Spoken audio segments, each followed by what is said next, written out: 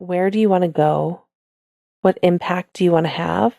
What positive impact do you want to have? And figuring out how can you get there in a way that works within the organization or the resources that you have and engages people and brings people along. Yeah. Welcome back to In Residence. I'm Keith. And I'm Laura. Hey, Laura. Hey, Keith. How are you? I'm doing well. How are you? I'm good. Good. What are we going to talk about today? Today we are going to dig into This is Strategy by Seth Godin. You ready for it? Well, we've tried to prepare a lot. Yes. And when you came in, you asked if I was ready. And I'm like, I'm as ready as I'm ever going to be. And I'm also a little frazzled. Yes. Because there's so much. We have to select certain things. Right. But it feels like if I talk about one thing, I have to talk about the other thing. Because I've listened to the whole book. I've read through the whole book. And it's all connected. I mean, it's about systems. It's about structures, right? It's this amazing topic about strategy. And it's new to me. And so it's probably different for you because it's what you do. Right. There's a lot of what you do. So for me, it's like, okay, how do I talk about this? Because it all resonates with me. And I can see so much helpful gems in it that it's almost overwhelming. Right. So anyway. Yes. I will say I really enjoyed the book. Mm-hmm. And to your point, I read/listened to it multiple times. Yeah. So when it came out, when did it come out again? 2 weeks ago. 2 weeks ago. Yeah. And so last weekend, I was doing all the yard work, putting my pots away, cleaning up the garden, things like that. And I listened to the entire thing once. And now that I am in Green Bay during the week, I can listen to things on my commute. And I started re-listening to it again yesterday while I was puzzling and while you were really setting up the studio for today. And so I was listening to it while I was puzzling. I was listening to it while I was crafting and making a holiday wreath for the door, like a fall theme wreath. I am with you. There is so much in this book that is really great things, and it's all connected, that I too was also a little frazzled, to borrow your word, of figuring out how do we even start talking about this book in a way that's going to be helpful for folks. With saying that, everybody should get a copy in whatever format they gravitate towards, whether it's audiobook, digital on the Kindle, or the hard copy. Like you said, I was listening to it on my walks, and I was stopping every 30 seconds to make a note, to highlight in the Kindle app, to write a note to myself about what it made me think of. I was trying to reorganize the studio so it looked a little nicer for like if we're going to do video. Sure. And I was trying to listen and take notes because that's what I've done in the past is I multitask and I consume these books and it helps me get through some of my work. But I couldn't do it with this. So yesterday I had to stop listening to the book because it was so engrossing. It like grabbed me so much that I couldn't do the actual chores I was trying to do. And so that's a compliment. I highlighted probably 80% of the book. And there's, 290 chapters or something? 298, yeah, I believe. It's so amazingly dense and helpful. And we were going in, our strategy for starting to talk about it was, let's look at this first section. Like, what is it, chapters 1 through 20? Yes. So I went back to look at it, and I'm just like, this is almost too much and yet not enough. So anyway. So can I correct myself quick? There's 297. Okay. Plus the introduction. Oh, okay. So, sorry, I just wanted to make sure. It's all but good. To your point, last night, you and I, as we were preparing for today, we started making a list of the different chapters or sections, I think he calls them, that were standing out to us to see where was the overlap, where might we be able to really focus in, like you were saying, chapters 1 through 20. Yeah. And we identified between the two of us 71 of the 297, which is 25% of the book about. Yeah. But then I went back to look at them to dive in and dig into them. I started adding more to my list. And I'm like, oh, I highlighted this one. How come I forgot to tell you about this one? And so it's probably closer to 30%. Or even more. It should be more. Yeah. What's magical about that is there were so many things that stood out to us on the first reading of it individually. Mm-hmm. And the overlap was very minimal, actually, the things that stood out to me and the things that stood out to you. One of the things that Seth talks about in the introduction is that this book is really intended not to just be read individually, but to really get people together, 3-4 people, Keith and Laura, Yeah. in our case, but get together and start talking through the different concepts in the book and to really focus in on what are the things you're noticing that maybe you are doing or things that you may not be doing in your own life with your own projects. And what are the things that I love this question. And so I'm hoping we get to it as we go through the book. But what are the things in the book that you wish were not correct? Yeah. I don't know if I'm saying that exactly. I think that's really close to what you said. But it's that idea of what things are challenging enough, or when you think about them, you go, gosh, I wish that wasn't right. Yeah, what does not match what you are doing right now, and what do you hope is not correct? Yes, that what do you hope is not correct. Yeah. Thank you for capturing that. That reminds me of the feeling I get when we're talking and we have to make a decision about, for me, like, the sink is full. Should I do the dishes? And I know the answer is yes, but I'm hoping in my heart, like, I can put it off? Can I put it off? And so I'm going to be looking again as I go back through the book over the next couple weeks of, like, where do I get that feeling of, like, oh, I wish that wasn't what I had to do right now, but it's right. That's probably how I should proceed. Right. And so I think as we go through it and are talking about things, I'm interested to apply that lens and that question to our conversations. It also says, don't feel obligated to go through the book from beginning to end. Feel free to skip around. That's why there's no page numbers. Yeah, so for some people that might be challenging. But every chapter is like maybe a page. Some are a few pages, but they're short, and the numbering of them makes it really helpful to reference it and to have the conversations that he's hoping come out of the book.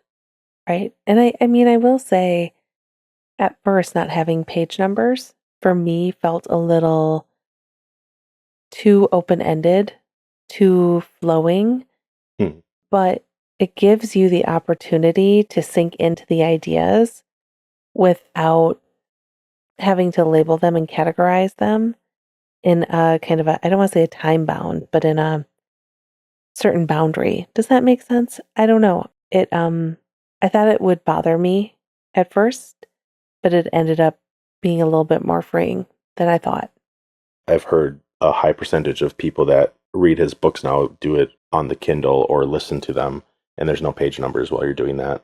I mean, you can have page numbers turned on the Kindle, but if you change the formatting, it messes that up completely, so it doesn't really help. So can I share something that maybe makes this point? I'm reading a book on strategic planning, one of the bigger books in higher education, nonprofit leadership. I was reading through it, and I often like to see how what percent is left of the chapter on a Kindle and how long that's going to take me. I was reading through a chapter. It said 8 minutes left.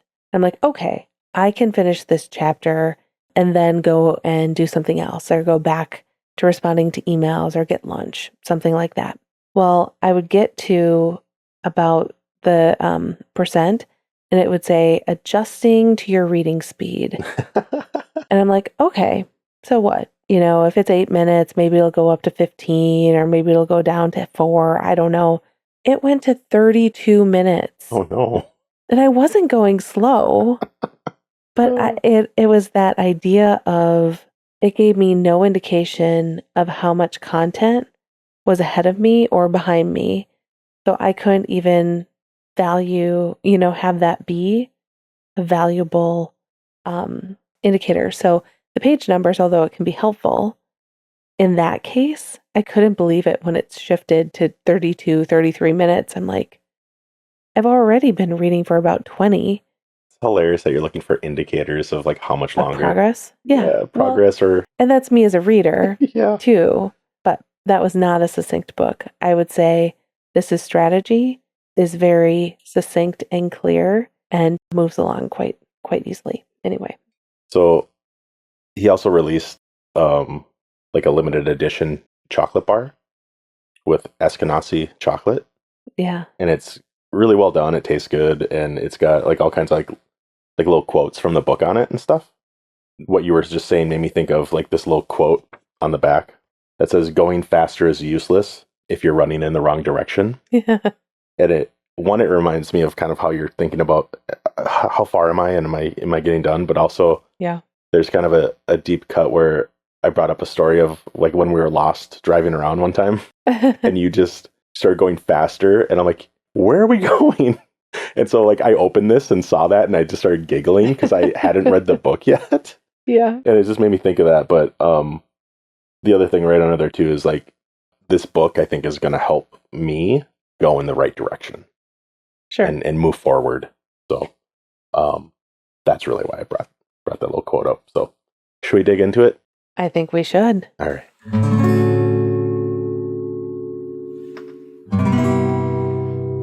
So you wrote down on a little note for me, what is strategy? Right. Is that where you want to start?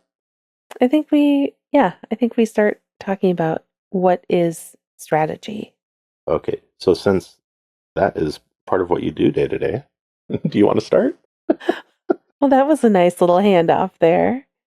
Well, I mean, I go to like the book and like, okay, strategy book, you tell me. And like I highlight things where I'm like, oh, it's about making things better, making an impact. And as Seth points out, we're going to get into this part a little deeper. There's like 4 main things, right? Correct. Okay. Going back to what you said and you wrote down, it's making things better. Strategy to me is really thinking about where do you want to go? What impact do you want to have? What positive impact do you want to have? And figuring out how can you get there in a way that works within the organization or the resources that you have and engages people and brings people along in that arc. So strategy for me is very future focused. For the most part, I would say that strategy isn't something that is going to be, I'm creating a strategy and I will complete it by Friday. Strategy is much more nuanced and in depth than something that is more of like a tactic or a to-do list or a checkbox. Yeah. The thing that I really appreciate about the book as a whole, it really speaks to strategy and how it changes and shifts over time, not necessarily the strategy itself, but the playing field and the context around it. And so to be really successful at strategy, you need to be really tuned in and aware of all of those pieces and work within it to achieve what you're trying to do. Something else that popped in my head trying to think of this was I just started listening to James Clear's masterclass. Okay. And he talks a lot about systems and strategy. Obviously, it goes hand in hand with, habits. And sure. He was laying it out in a great way. And it's probably even in this book. He's like, your strategy isn't your goals. Goals can change. Kind of like you were saying, goals can be, okay, what am I going to get done by Friday? But those are in service of getting you somewhere. But the strategy is how you go about accomplishing those, right? Right. And that was like kind of like that was something that I was listening to while I was doing chores around the house, and it clicked and I stopped and I'm like, oh, okay, there we go. Like, like I know there's a difference, but actually acting upon the difference and acknowledging it and instituting it into my day to day, my actual strategy is helpful. And it makes me think of some of the other things that are are coming up, like elegant strategies and things like that. That's in these first few Yeah, sections. So I'm excited to talk about that. Oh, I was going to say the one thing in the first section about strategy not being a map, it's a compass. yeah, And what's interesting to me, I often talk about strategic planning as being a map, but strategic planning is a way of putting strategy in action, of trying to create a roadmap. But when I think about it, now I might be getting too in the weeds no, let's right go. away. Let's do it. I actually like the idea of it being a compass because when I think about a strategic plan, so often people develop a plan and they put it on a shelf in a gatherer's desk and they make a really pretty, beautiful document to share with campus and everybody. They can say, here are our goals. Here are the strategies that we are going to implement to get to those goals. A strategic plan is great, but it's really nothing if you don't have a way to implement it. So when you're thinking about that, the implementation planning is really coming up with what are the strategies that we're going to implement to get to and achieve our ultimate difference we want to make with this plan. The reason it's resonating so much with me that it's a compass, not a map. A map tells you what the roads are, where the intersections are, where the highways are, where the landmarks are. It's written kind of in stone, right? Like how you might get from point A to point B might be different based on what direction you decide to go and what path you take. But when I think about a compass is seeing that endpoint of where you want to go and it guides you in real time to make decisions and adjustments. And I have a hard time thinking about using a compass somewhere where you would also use a roadmap.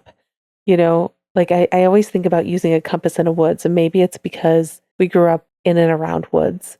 It helps you get from point A to point B, but adjusting as you go and working within that system and not within a specified grid of predetermined paths. Yeah, I think a strategic plan is a little different than strategy, Right. right? Like it's a part of an action plan, whereas strategy, like number one section here is strategy is a philosophy of becoming. And that's where he brings up that it's not a map, it's a compass. Strategy is a better plan. And the thing that stood out to me is what's right after that, which is it's the hard work of choosing what to do today to make tomorrow better. What are you doing today feels like the strategic plan. It's got the action steps in it, kind of, and like what we're going for is like how I think of it. But making tomorrow better is leaning more towards what is that North Star? What is that compass pointing towards? That's going to guide me as I do the day to day work Mm-hmm. that is serving what I say I'm seeking to do to make the change I'm seeking to make. Right. Well, Getting a little heady, sorry. I think, I do think a strategic plan, though, can be a strategy if you have it be a living plan. What I mean by that is if you really think about where are you headed, what is the change you want to make, and fill the plan with strategies that you can make sure that you are implementing and prioritizing and choosing that are harder than doing all the things. So I think it can help you potentially get there, but I think where sometimes strategic plans fail is when you don't adjust and take into consideration some of the pieces in chapter 2 or section 2 because those impact not just the strategies you're developing but the implementation. That's where I think the magic, what you're talking about, that idea that you have to make sure that you're choosing the hard things to make tomorrow better. I think that doesn't always happen if you get too um, rigid. Yeah. in your plan development, implementation, or adjustments. Okay, so Maybe I'm getting too. no, I want to stay with that, but I want to, Okay. as part of that, I want to introduce the Oh, four yeah. threads woven together, Okay. right? Time, games, empathy, and systems, right? Each supports and is supported by the other three, right? Right. So when you're talking about like your work of like developing a strategic plan, Sure. it makes me think of that's a way to implement systems, which is part of your strategy at your job. And I want you to talk about that a little bit because it's not what I do.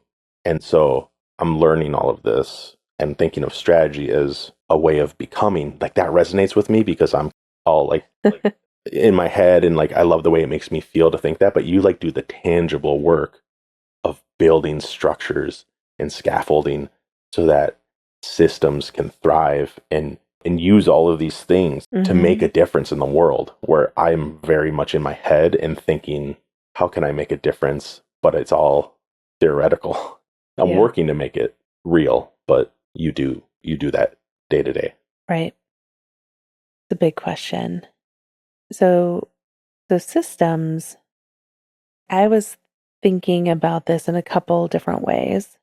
To move strategy forward, um, you need to have the systems in place that are going to support that forward momentum and that movement. Oftentimes, you're already inheriting a system Yep. that you're planning and developing strategy within. Yeah, it's good to know what system you're in, right? Right. And so, every institution I've worked at, when I've worked with strategic planning of some kind, whether it's an institutional plan or an enrollment plan, um, all of those institutions have a different context, different people who may or may want, different things that align differently and resonate differently with the work that I was trying to lead or do. So when it comes to strategy, I think it's just really important to realize that all systems are different. And so the systems where you're developing and implementing strategy within are very different. And it's important for you to work on keeping that compass, that North Star, but also adjusting in how you're going about engaging some of the other um, streams of having empathy, of recognizing games, of understanding time. And sometimes things take longer and sometimes things move faster, but being able to adjust how you're going about strategy development and implementation so that you can be successful within the system that you're a part of. Yeah, one of the things that maybe feels daunting to me thinking about this stuff, it's kind of articulated in number 8. It says it's difficult to strategize and make a difference if you don't understand the systems that are working to keep things as they are. Mm-hmm. Right. And I know I'm getting better at seeing systems. It's maybe not just not some it's not a place that I've spent my time looking at actively. I know how some things work, right? But I can't maybe look at a certain system and instantly be like, oh, like looking at a watch, like, oh, I know how all those gears work to make it tell time. Um, I need lots of repetition to get better at that.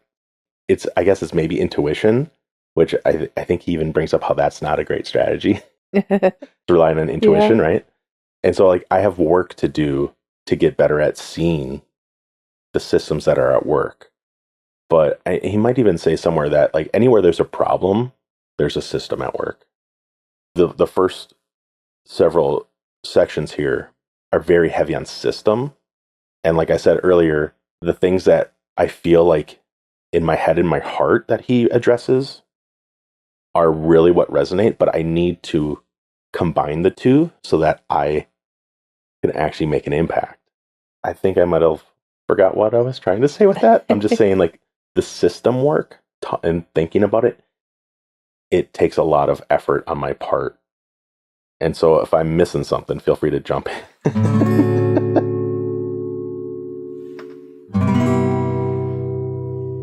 We use the word system for a lot of things in the English language, all similar, but I think that makes it more difficult to really articulate what this is here in this case.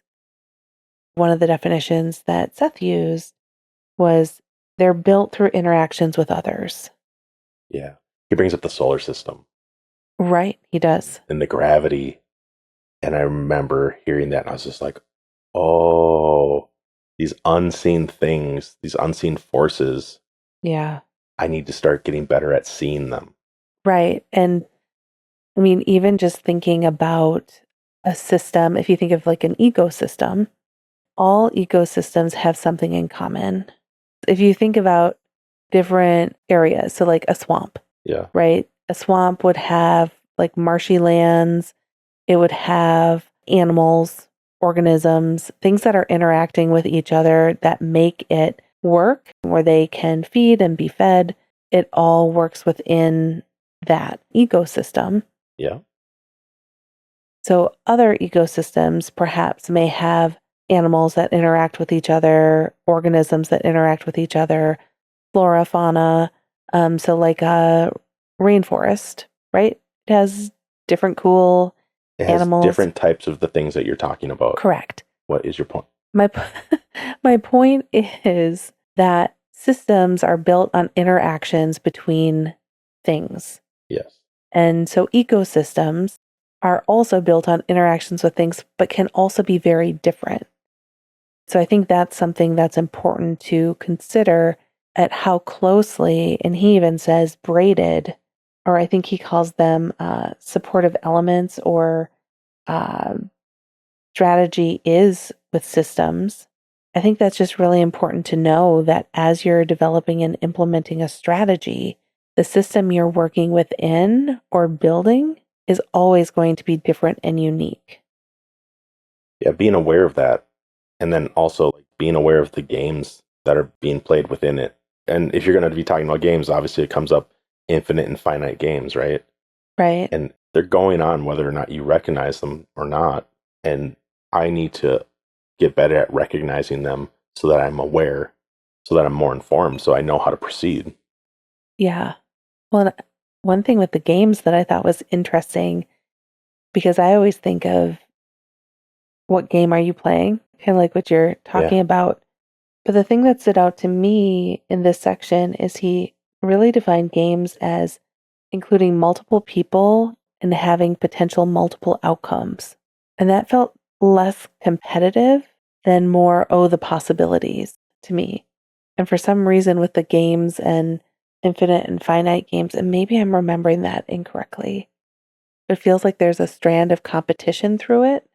Well, and if you're in a finite game, there are certain rules that, like we were playing cards the other night, Mm-hmm. and I brought up that somebody should have done this action. If the goal was to get the lowest number of points, if they had sacrificed their card and discarded it, and the other player could have picked it up, and the other player, child one, would have won the hand, Mm-hmm. they would have been better off by losing the hand. They wouldn't have gotten as many points as letting somebody else win and keep them getting points, right? And that did not resonate well with some people. They're like, no, why would you do that? And I'm like, well, because it benefits you. And we're playing a game where I think I even disagreed with you. I just was like, like just like golf, the goal is to get the lowest score, Sure. right? So in this finite game of this card game we're playing, the goal is for me to get the fewest points. So I did my strategy later. I discarded a card that would help the other person, and it saved me points. Now, there's a difference between that finite game and thinking about long term Mm-hmm. and relationship based things. I think that's where people get tripped up, is thinking, and that's where feelings get hurt too, is if you don't know what game you're playing. Yeah. I think it seems simple until you're actually in it. But I think knowing, like you said, systems involve others. Right. And it's the exchange in between us that is integral to moving things forward. And so if you can understand what the other parties want, or what their problems are, or where there are opportunities to serve them, that's a lot of what is in this book. It's going to help me wrap my head around that. And as I look to move my strategies forward of how am I going to serve others and help others get to where they're trying to go, I'm really excited to do the work that I need to do. Like we were talking about last time about how we didn't prepare for Yeah. a Yeah. lost episode that is probably going to come out sometime. At some point. Yeah, I think it should. Might be a behind the scenes thing that we offer. But something that's standing out to me while I'm reading this is that building comes up. And part of building is doing the work and preparing and creating foundation. And I've brought up several times already here, I get in my own head and I sit and I think and I think and I think. I have to put it to practice. Right. I think he brings up like, it might not work. And the point isn't picking something, doing it, and it working every time. The point is to continue to create and build and iterate. I think that is another reason why like I was a little overwhelmed is because like that's where my head goes to when I'm reading this stuff. Because I have a certain background, like systems. I might not know like lots of different systems, but like I know how to make procedures. I can be very process oriented of getting a task done, but if I went to your work and tried to do the processes that you're trying to do in the type of work that you do, I would be lost. And I'd be like, I'm just going to go sit in the library. You all have fun. Let me know if you need anything heavy moved. Anyway, Yeah. I'm rambling.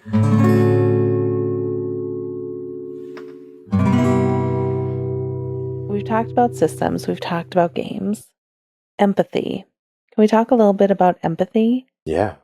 That is a really important thing to keep in mind. Realizing that the things that I see are not necessarily the things that other people see. I think that's sometimes why this is so interesting, our podcast, because we see things a little differently or we experience things differently. Oh, yeah. Also, something that I may want for a strategy might not be what other people want. Really kind of having that humility to realize that is important. Yeah. Well, I mean, that's empathy. Right. Understanding that, I mean, and that's literally like what he says. People don't see what I see and they don't hear what I hear. Yeah. And if you can truly hold that idea, it's very empowering and it's very freeing. It allows you to move forward and move through the world in a certain way that I think is very beneficial for everybody that you touch and interact with. It helps me be more kind, and it also prevents me from getting as hurt as I might when I get certain feedback, especially if it's unsolicited. We've talked about that, and there's riffs on feedback in here too, which is super helpful. That being said, some of the harshest feedback I get is from myself. And so I need to implement empathy from within or from without in.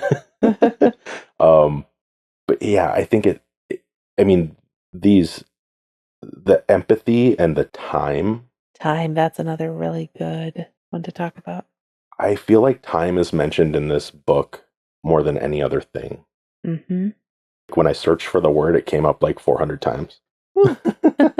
So, not a scientific study here, but it was really resonating with me, and it was standing out in a lot of the sections that I highlighted for us to look at to see if there was overlap. Like, what stood out to you? Like I mentioned to you, and I've mentioned on here many times, I procrastinate, and I think I'm turning that hesitation more into a superpower of patience. But it's not going to be patience if I don't keep finding ways to act, right? Right. It turns into procrastination when I put things off and I don't take a leap. So kind of procrastinating releasing video of the podcast, and we're not recording video this time. We aren't. But we did record, and we took some steps to move that forward. And so to me, it's being patient and getting the reps in of finding a way that it feels right and good enough, and not hiding behind that. It's just like, no, like we're just playing. We're playing with it, right? And so anyway, I just keep seeing a lot of the things of time, and I'm trying to hold myself accountable to not fall into or like revert back to hiding. And I just want to keep being proactive and curious. You're making me think of two of the sections that we talked about or are prepared to talk about a little bit today. And one of them is Can You See the River? And the other is Real Life Isn't Lego. I really liked the Can You See the River? Yeah. Because I think it speaks somewhat to bringing all of these things together. A river is water, but it's not a lake. So sometimes what you see or the system that's at play, how things are interacting, is different. And it makes it different, like a swamp and a rainforest, a river and a lake are different. I like the emphasis on, so it's number 13, Yeah. the flow, the current, the movement. And that's what I was trying to say is I can be patient and move. Patient and movement is a good thing for me. But if I'm being patient and not using flow, I think I'm hiding more than being patient. And I don't want to kid myself about that. It makes me think a little bit about, so when kind of the area that you and I grew up in, we have a river, the Apple River, is known for, at least where we grew up, for tubing. Sitting on inner tubes and floating down the river. Floating down the river. It makes me think, if you're patient, because it's kind of like a lazy river, right? But nature's kind of a lazy river. Yeah, there's one section where there was a bunch of rapids at the end, yeah. Right. And so it does make me think, though, if you're patient and you're just flowing along the river and just going wherever it goes, there are moments where you do need to figure out to adjust, because you might get stuck on a sandbar. You might get stuck on a branch in the river. You might not do anything to avoid the rapids and just tear up your feet and legs, right? By going over it too fast. Sometimes if you just go with the flow, it can be a little treacherous or full of hazards. Yeah. So I think might be too strong. this ties into games as well. Is like going with the flow, if it's helping you get to where you want to go, why not use that and utilize it instead of wasting your resources fighting currents? Instead of going upstream, find the way to go with the flow. Utilize that, right? But if going with the flow is bringing you to where you don't want to go, pick up your inner tube and walk over the berm and go to the next creek over. And adjust. Or in the Can You See the River section, he talked about building a channel. Start building a channel and start training that current. What he says there is like, instead of building a dam, which takes a lot of expense, build a channel that's helping the river go where it's trying to go anyway. Yeah. So channeling that energy and using it for what you need it versus stopping the flow. Yeah. That imagery of blocking the flow of the water and trying to then harness it versus working with it. Kind of like a system, right? Yeah, it's that instead of forcing something into the system without any recognition of where the flow is, saying like, nope, we're going to stop this and we're going to do this instead. You really need to work with the flow of a system to help strategy move forward. Yeah. I mean, it sounds a lot like one of his other examples that I've brought up before. Hey, how about instead of pushing that boulder up the hill, why don't we find a way that it makes sense to push it down? You know? And I'm like, oh, so it's like another one of those where I'm like, oh, cool. Like, I'm going to think about that for a while and use that idea the next time a problem comes up for me. Yeah. Yeah, it makes sense. So, chapter 16, the idea of Lego, and I don't know if you want to dig into this. I know you like Lego. Oh, yeah. We're surrounded by Lego right now. Mm-hmm. But the idea that having a a box, a predetermined plan to build, a blueprint, that all the pieces fit together in a specific way. That's just not how life works. Life is more complicated. And bringing it to the system piece is that systems are more complicated than that. And the thing that bring it back to the river to tie it there, because everything connects. That's where I was getting, I'm like, whoa, what section was that? What chapter was that? But I wrote down, when you step in a river, you change it and it changes you. And it's the same thing with complex systems. Yeah. Right. And that just, it made me be like, whoa, that's right. So when we're going in a river, putting our footprints in to gather a crayfish or whatever, it's changing not just who and what is getting taken out of the river. It's changing the flow because we've now put footprints in the river. It's changing us because we're experiencing that. Everything impacts and changes things as they move forward. Over time. Right.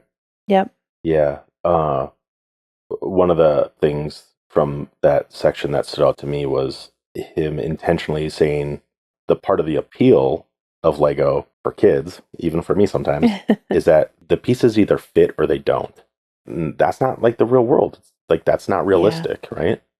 There's a lot of in between in our day to day. This also brings up, like, the instructions are like a map, right? And like we talked about, like, a map is a set way of getting from here to there that somebody else made. And when you put the instructions aside, you can build your own creation. And that's a lot of the lens that I when I read stuff like this, that's what I'm thinking. Like, when we're talking about what are we seeking to create, and what are the, like we've said, like, we're not looking to give anybody our way of navigating their life. We're looking for ways to share tools and resources and ideas like this book and theories in this book and all of these other books that we tend to talk about, a lot of books because we like them, because it helps us grow and it helps us, I think, attenuate our compass. And we get to write our own maps and we get to write our own instructions and we get to be the architects that are building things. Right. It's a little harder work to do that versus taking the map from somebody else and saying, okay, steps 1 through 32, and then you have this. If that's what you want, if that's the game you're playing, that's good.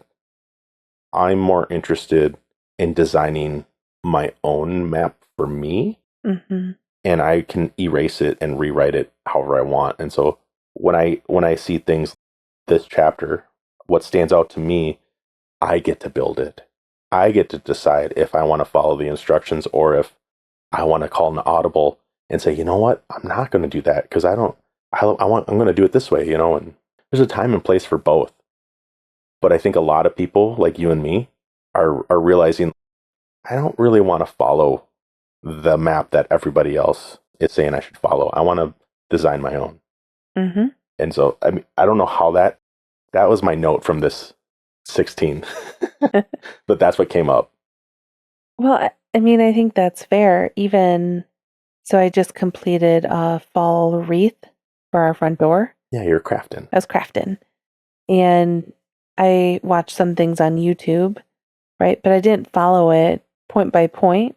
I actually added some fake pumpkins in there and different things because I wanted it to be different than what the specific instructions that I saw on the internet had me do. So I think that's where some of that creativity and you can kind of adjust. When you're talking about Lego, what was it we used to call it? Child 2 used to, it was like hack the kits, or what was it called? Kit bash. Kit bash. Yeah. So talk about kit bashing, because it comes from people like with models, either ones that you snap together, like little model cars, or like people get like I'm not into it, but like I watch content where people build models, like they'll airbrush them, right? You know, like they really get into it. I mean, that's how they built a lot of like the Star Wars, the set pieces, you know, and like the ships. They were taking things that they would go to like hardware stores or little general stores, and they would buy these kits, model kits, and they would take all like the little machine parts that make it look like it's a real thing. They call them greeblies. Like just like all the, you know, like when we built the Death Star and like all these things, like You just like add, or you take a couple different models and you take all the parts and you just create something out of it. Yeah. So I remember that's something that child 2 did a lot. He would be down here standing at the table looking for a specific set he had built yeah, so he could harvest a couple parts because he wanted to make this other specific robot something. yeah. But it Because was like just coming out of his head. he would see like, oh, the dragon. Like I think it was Ninjago. Oh Like yeah, they had some he was in epic Ninja. dragons. So he'd get these dragons, and then he would have them for a while, and then he would take them apart and, like you said, harvest it, and he would create his own. And tell you what, some of the stuff he made of his own out of those parts were cooler than sets that they sell. Like he made Yeah. his own mechs, Oh and all these yeah. things like Oh yeah, he Voltron did. type things, and it's so much fun to see the creativity and just the enjoyment that I got out of it. I think it was more than he got from building it. Yeah, absolutely.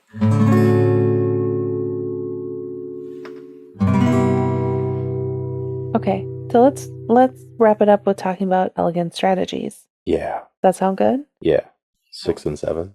6 and 7. Yeah, Okay, so elegant strategies really resonated with me because I think it gets back to what I was talking about with the strategic plan and developing strategy, organizational strategy.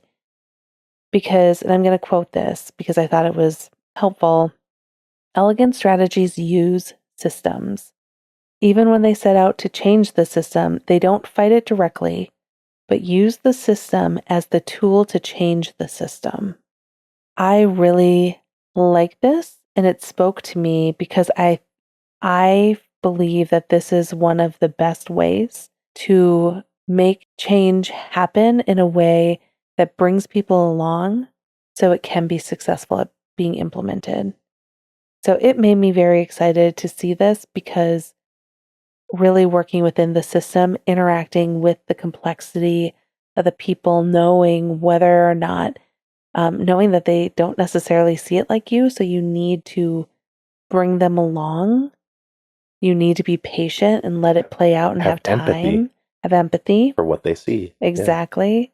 Making sure that you're taking your time in those implementation pieces and knowing that there can be many different outcomes that come from the implementation, but you're working to shift it and shape that river, so to speak, yeah, as a system.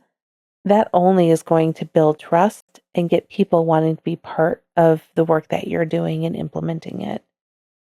And so what's hard is I don't know if I have a great recipe for how to make this happen, but I do know that it's important to be patient, be clear, engage people, really understand the climate, the culture, the system that you're working within so you can help shape it yeah. Well, and lead that. I mean, it even says in here, putting that system to work for you, Right. and like you said, using the flow that's there already.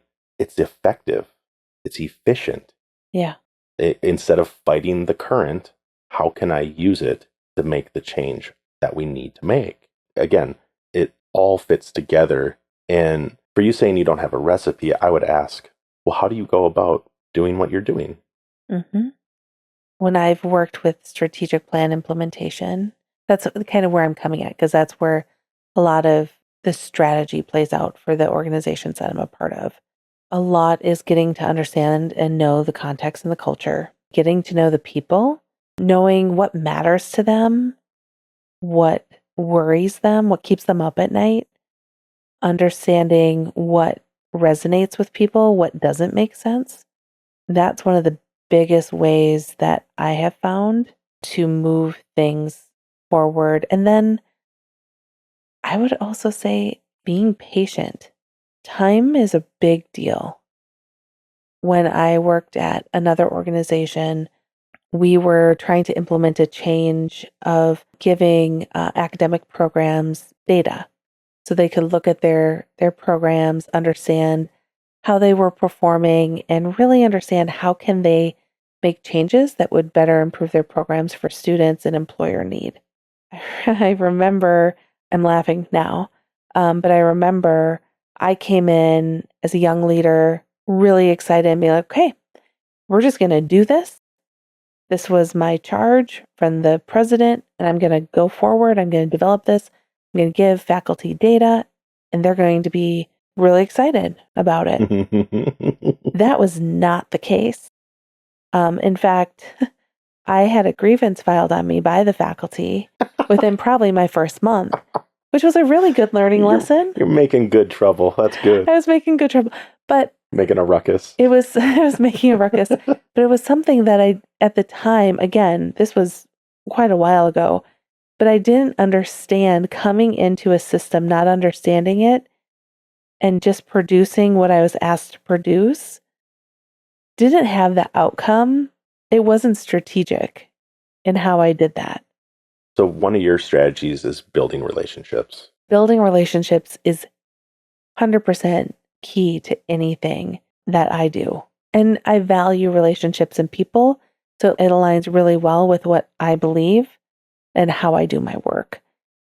I do want to say, just to go back to that example, it didn't just end in a terrible situation. Slap on the wrist. Slap on the wrist. No, I took that feedback and was able to kind of slow down a little bit. I sunk in, I had conversations about the data, what the data were, what faculty could use it for. And we started building a system with the faculty that met both the needs of students, faculty, and administration. And I remember saying that it will take 1 or 2 years for people to feel comfortable with the data. It'll probably take another 1 or 2 years for people to start asking for the data, because now they're expecting it and it's useful, it's beneficial, because we built a system that actually is useful for not just one party. It took about 4 years before faculty were saying, hey, where's that data on our programs? I really need it for this or that. But it took time. So I think that's another lesson, is that patience as well, and understanding that time is important. And to pair with that, elegant strategies are also ones that you can sustain. And thinking back to that example, I couldn't sustain giving program data and then having a grievance filed every year. Right. That was not something that was going to be sustainable for me or for the institution, right? So I needed to figure out a different way of working within the system to help shift it to a more data-informed system.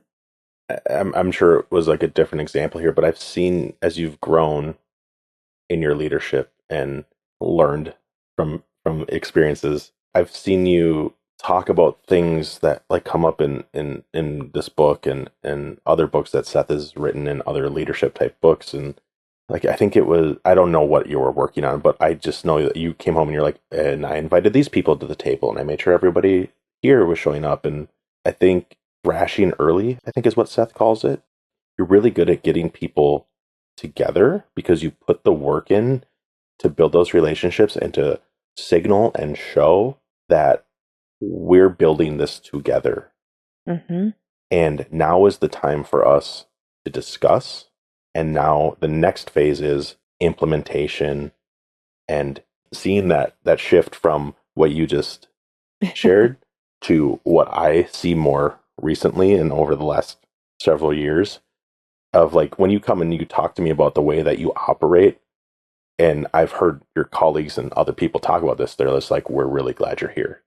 And so like when I see the way you operate, it's like, oh, that's how I would do it if I was in a space like that, because I'm not. But it helps me. I mean, the biggest thing for me is it's relationships based on communication. Yep. And that isn't only helpful for what you're talking about. It's for any system or any relationship, whether it's work or personal or just acquaintance. Right. Communication and understanding with empathy that they don't hear or see what I hear and see. Right. And I think those are all really good points. And also the idea that sometimes I think when we have a strategy or somewhere we want to go to and trying to develop a strategy to get there, we also can lean into that idea of we have to have this really big miracle or I'm going to be the hero. Like I came in, I'm like, I'm going to be the hero. I'm going to get that program data. Right. I'm going to do it within a month. I'm going to work nights and weekends. It's going to happen. The presidents can be so happy that, like I was able to do this. And at the same time, those things fizzle out. A strategy shouldn't require somebody to be a hero, Yeah. right? Yeah. It shouldn't require You that a putting in miracle happens every single day. you putting in 16 hours and not seeing the sun was not an elegant strategy in That your was early not. career. It was not. It wasn't great strategy for our relationship either. Correct. Just like me working overnights was not a great way to go No. about starting our That was, our yeah, early, that was or, something. That's true. seeing each other on Friday afternoons, Yeah. when you got off work, Right. and then not seeing you really that much until for 3 hours maybe in the evening before I went back to bed. Yeah.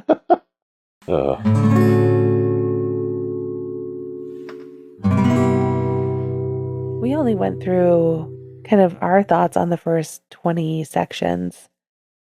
So I'm thinking we might have to have a couple more conversations about this. What do you think? Yeah, absolutely. I mean, there is so much more beyond this that really stands out to me. Me too.